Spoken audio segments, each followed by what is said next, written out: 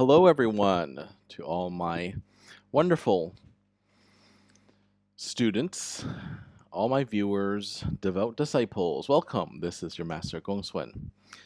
I'm in my village, rather, the village of my extended family, so the background might look a bit different.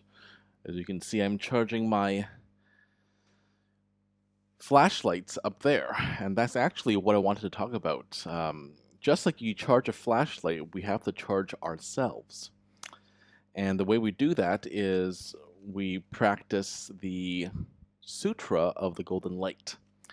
Now, I have explained what the sutra is, what the incantation is, what all the words are, but I realize I have not yet explained why we use it, and there are many applications. I just want to talk a bit about that first. So this sutra is a very old sutra. I think it might have come from, I read somewhere, my master said it comes from Ling Bao, and Ling Bao is a specific sect of Taoism. And somehow we in the Maosan Pai, the Maosan sect, it was passed on to us. So this sutra is actually not a hymn of worship or a hymn of praise. We're not praising the Tao or the Creator. It's actually instead an exercise of energy. We are gathering energy from everything around us, from all the things that have natural energy.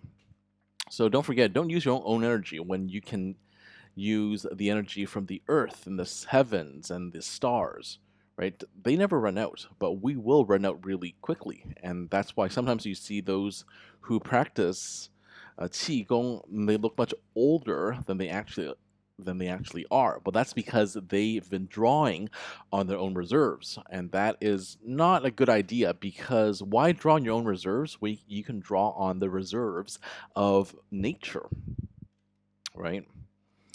Anyway, I'll also teach you a bit about the mudras, the hand seals, and also I'll show you the seal itself, right? So when you recite the Sutra of the Golden Light, you could do this. This is the one I normally use. I call this the, like this, right here. This is the spell casting hand seal. Some people just use two sword fingers, which is totally fine, right? And then when you're actually doing it, it's a good idea to imagine the seal itself. So here is something that I drew here, and this is on the bottom part here is the seal of the Sutra of the Golden Light. And in case you can't see it that clearly, I'm going to draw it for you with my, I'll just do this here. So it's actually just 3 down and then up, right? There's a little curvy thing, and go down again, and then 3 or 4. I've seen 4 as well, and then you go here, and you can do 3 more if you want, and then you have 4 ticks, right? And these here, they represent the 12 earthly stems, which I will cover in another video, but it's like the hours of the day, because there's 24 hours in a day, and the ancient Chinese calendar divided that into 12 chunks of 2 hours each, right? Anyway, so we have our hand seal, right? And we are imagining this, and this becomes a golden seal. And imagine it above your head, and we're chanting, right? 天地玄宗万气本根广修义节真我神通. And as we're doing that, we imagine that we are drawing in the golden rays from the sun, because that's really the source of the yang energy, isn't it? Right? And then as we are chanting it, and if you don't know Chinese, that's okay. You can chant it in English, but you have to imagine all the different like visualizations as you're chanting. For example, what comes to mind right away is when you chant, let's say 鬼要上当心怀妄行, which means the ghosts lose their courage and the demons lose their shape, right? So you actually have to imagine ghosts losing their courage and demons losing their shape. In addition to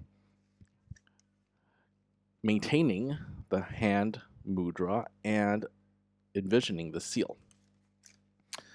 And then just imagine like a golden light soaking you, enveloping you, right? So this is just an addendum, really, on how to really practice. And there's actually much more applications than just chanting. Like, the chanting works, but why are we chanting, right? We're actually using it to fill our own dantian with energy so that we could use it later. We're storing it up and we can use it later for energetic purposes, for healing purposes, right? But that's beyond the scope of this video.